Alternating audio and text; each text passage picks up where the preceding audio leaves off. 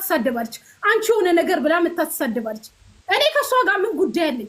የሚጠቅማትን ነገር ወጥቼ ስነግራት መታ ከሰደበችኝ ኦፍኮርስ ዛሬም ነገም ካለ ወዲያም ለሚቀጥለው ማመት በግነች መታ የሚጠቅማትን ነገር ነግሪያት መታ የምትሰድበኝ ከሆነ በግናት ገባህ አይደለ? እኔ ከአንተ ጋር ፐርሰናል ችግር የለብኝም። ስለ እህቶቼ ግን ነገም አሁንም ጥፋት ላይ ከሆኑ ነግራቸዋለሁ። ቴንክ ዩ። እሺ ጥያቄ የለሽም? እኔ ስሜ ስለተጠራ ነው። በነገራችን ላይ ማቲ መሲ ብሏል ስላሉኝ ያው ማቲ ነው እና ተስፍሽን እና ረጁን ነው የማውቀው፣ ሌላ ሰው አላውቅም በነገራችን ላይ ምክንያቱም ብዙ ጊዜ በስራ ስለማሳልፍ ማለት ነው።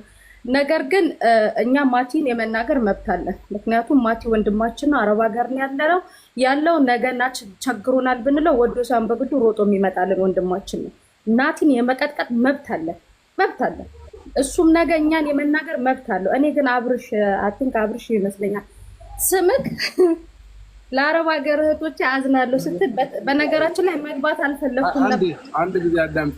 በመጀመሪያ ደረጃ እናት ንግግርሽ ደስ አይልም። እኛ ልናወራ የመጣንበት መንፈስና ያንቺ ወጣ ያለ ነው። በመጀመሪያ ደረጃ ማለት ነው ንግግርሽ እንደዛ ነው የምናገረው።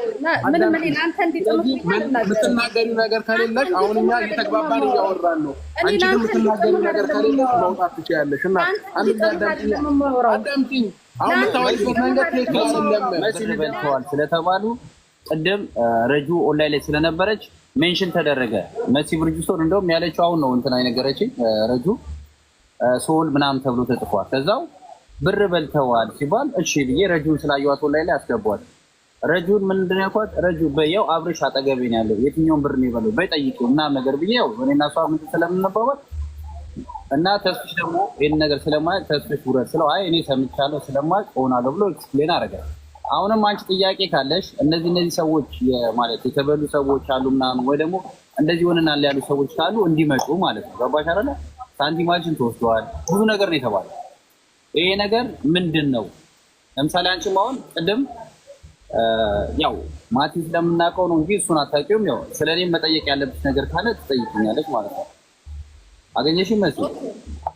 ጥያቄ ካለሽ መጠየቅ ትችያለሽ። ግን ደግሞ ስታወሪ አንዴ ላውራ ኖ አይደለም ልታወሪ ችግር የለውም። ግን ልታወሪ መንገዶች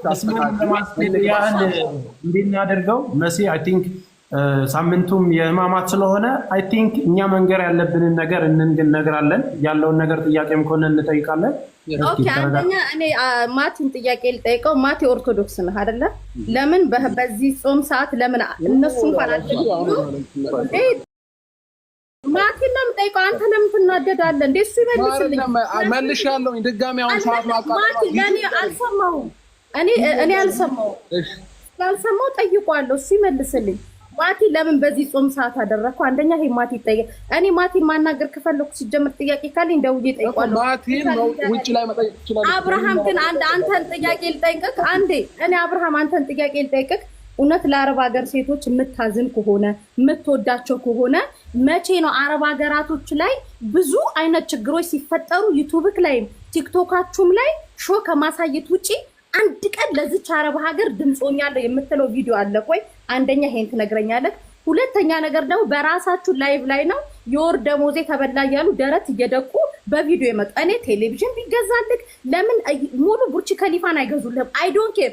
ወደሽ ከተደፋሽ ቢረግጡሽ አይፋል ነዓም መዳም እያለች ለእናንተ ጎጆ በሙያ የምትሰጥ ከግርድና አትወጣም። ገረድ ነው ስሟ። እኛን ግን ወደድክም ጠላህም አብርሽ እኛን አይወኩሉም። እንደዛ ይሄ ለሆኑ ጥንዶች ምናምን ግሩፕ ሰብስቤ ምናምን እነሱን ሆዳቸውን ልሞል አበዳን አላድርጎም። እኛን አይወኩሉም አረብ ሀገር ላይ ያሉትን። የዛን ምላሻችሁን ደግሞ ሰርጋችሁ ላይ ታችሁታል። 10 ሰው ነው የተገኘው። ስለሰሙን ነው 10 ሰው የተገኘው። አብርሽ እኛም እኮ ወንድማችን ነቃ። አንተ ሰርግ ላይ እኮ መምጣት ነበረብን አይደል? እንደንትኑ ማለት ነው። ግን ያደረጋችሁት ምንድነው?